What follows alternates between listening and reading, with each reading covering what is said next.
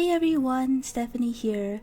This week I finally hit 1,000 subscribers after working for 2 years on this channel, so I figured I should do a quick channel update and thank you guys so much for supporting me through this 2-year journey so far. I'm going to cover 4 topics in this video and I'll put the timestamps in the video description below so you can just skip to whichever topic interests you.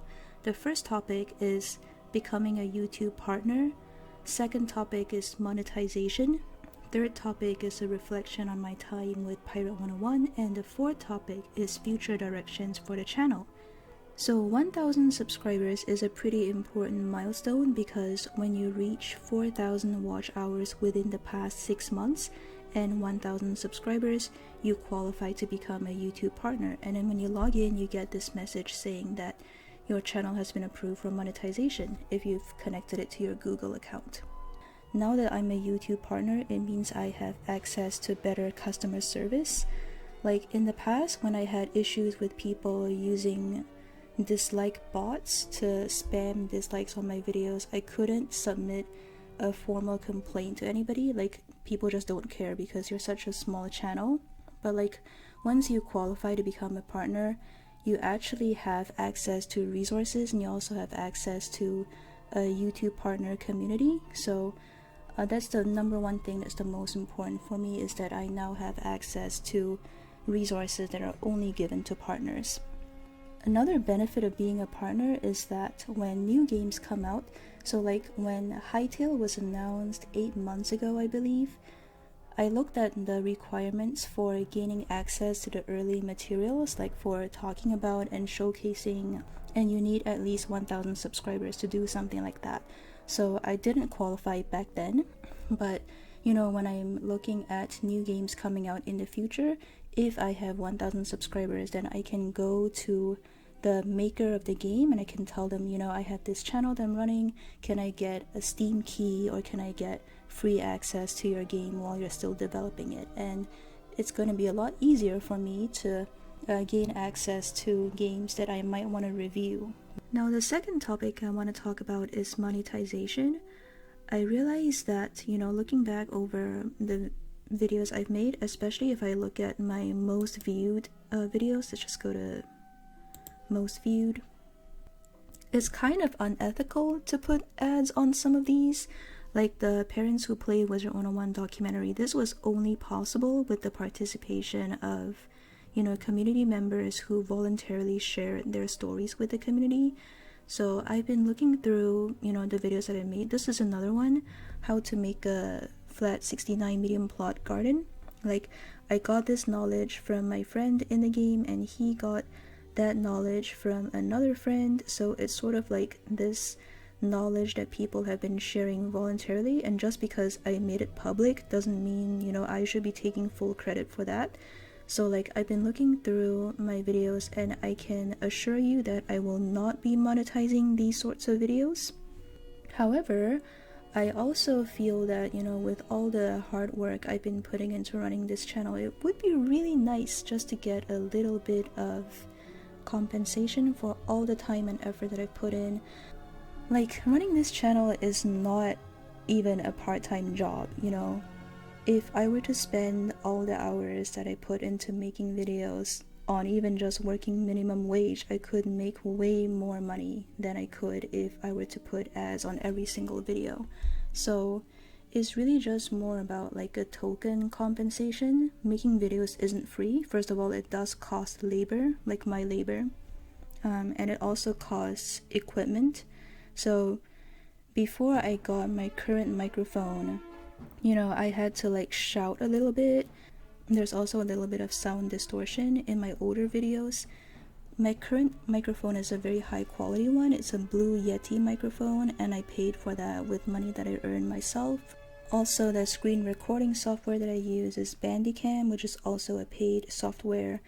And you know, in the future, if I want to do more face cammy sort of videos, like the few face cam videos that I did, I recorded with my phone basically, and then I took the phone footage and I kind of had to manually edit it in. So like, if I could buy a webcam, that would help a lot. But yeah, there's just lots of little costs like that. That means, if you want to run a channel as a hobby, you're actually going to be spending more money than you would ever make back. This channel is a hobby for me, it's not a job, but again, it is nice to get just a little bit of revenue to offset the investment that I put into it. So I'm going to be very, very open with you about the monetization choices that I do make. So these are videos that I made myself without other people's efforts in it. Like, I feel bad about monetizing PvP videos because I feel like it's not just my work, it's also, my opponent's time. So like, I don't feel good about getting paid for something that my opponent helped to create, so to speak. So all the videos that I'm monetizing, like if you look through this is all solo gameplay. And I can just go through and show you where I put the ads. So if we click here, it shows you choose the type of ads that you want to show. So I put in a skippable video ad and I put it at 6 minutes 10 seconds into the video. So after it plays for like about 3 or 4 seconds, you can click to skip it. So yeah, I figured it would be the most fair for me to share these choices with you guys and be as transparent as possible. Please do let me know in the comments if you're not okay with any of this. I'm happy to talk about it. Alright, so moving on to the third topic, I made a little spreadsheet looking back at all the videos I've created on this channel. And I thought it would be fun to share the data with you guys. So out of the 253 total videos I've created, 64% or 161 videos were solely dedicated to this one turn-based strategy MMORPG called Pirate 101. And within that game, I recorded 80 PvP games, 51 on my Privateer, 7 on my Swashbuckler, and 22 on my Buccaneer. 55 of these games were ranked and 25 were unranked. So you can look at all the raw data here. So out of the 80 games that I was able to record, my total number of wins was 49 out of 80, which is a win rate of 61%. My win rate on my Privateer was 58%, Swashbuckler was 71%, and Buccaneer was 63%. Now the numbers here are a little bit skewed because Privateer is supposedly the strongest class in PvP, but looking back at these numbers, I think the reason you get this skewed data is that, first of all, Privateer was the character that I started PvP with, so that when you're completely new to PvP, you are going to make a lot of mistakes and you are going to lose a lot.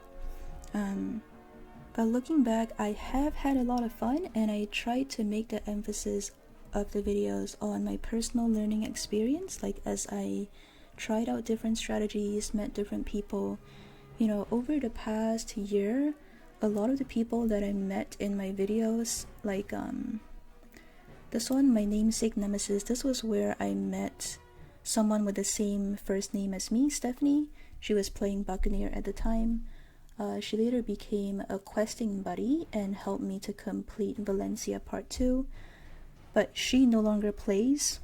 Another person that I met through PvP was Claw's Kid. I believe I created 2 PvE videos with him. Yeah, I tested the card Forbiddens with him. We also did a low-level duo of the Nefarious 5 together. So that was another one of my friends who has since quit the game, as far as I can tell. Like, I haven't seen him log in many months. But yeah, a lot of the people in my personal social circle have been moving on from this game. Now, in terms of PvE content, I made 99 videos. The vast majority of these were dedicated to questing, to completing the storyline. I'm very proud of the fact that I have a complete playthrough of the entire game on my channel, and you can find that in a playlist. So the first 19 episodes were recorded on my Privateer, and then the remaining episodes were recorded on my Buccaneer, and in each video I summarized what happened in the previous episode, and I made efforts to interact with the characters in the story and make it as fun as possible. So that's something that I'm pretty proud of having done. And then the remaining videos, some of them were dungeon runs, some were team runs, some were solo runs, and then there were also like little news updates, you know, when Old Scratch got a promotion update in September 2018, when the skeleton key bosses were released, when Krampus was released, little things like that. So I am really proud of the 161 videos I have made dedicated to this game, but as I've said, many of my friends that I've made in this game are moving on, and I feel like it's my time to move on too.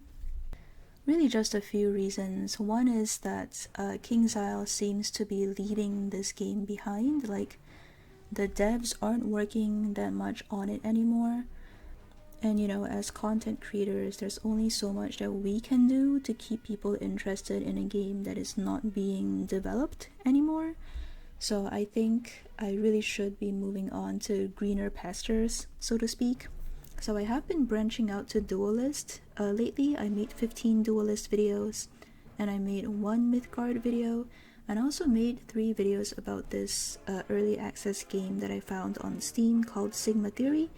I thought that the agent mechanic was a lot like the companion mechanic in Pirate 101, but yeah, I am going to be continuing to look for games that are interesting to me as I move on from Pirate 101. I can promise you that, you know, looking back on the types of videos that I've enjoyed creating, PvP is something that I'm very interested in keeping up, especially turn-based combat involving a board and cards and just strategic choices. I really enjoy that type of game. And then the other thing that I was pretty good at was, you know, doing the walkthroughs, interacting with the story, and just guiding people through the story. So I'm going to be doing that with the solo campaign part of Mythgard, and I plan to do that as well with Stormbound, which is another game that has a card game and board game hybrid strategy layout. And then in terms of whether I will continue on to PvP in Mythgard and Stormbound, I'm not sure yet, but if I end up really liking the gameplay, I might consider it. But for the foreseeable future, most of my PvP content is going to be focused on Duelist. I will occasionally return to Pirate 101 when there's like alumni reunion events, so to speak, organized by Pirate 101 Central. But other than that, I don't really think I'll be hanging out with the younger people in Pirate 101. I feel like I should be hanging out with people my age. I'm 28, and as far as I can tell, like the people playing Mythgard and Duelist are people in their 20s and 30s, so looking forward to continuing to build up my social network. And another reason for moving on to these games is that they are less demanding time-wise. So like in Duelist, you know, if you have, let's say, only 15 or 20 minutes of time to play, you can do a PvP match. Whereas in Pirate 101, you can barely do anything with 15 minutes.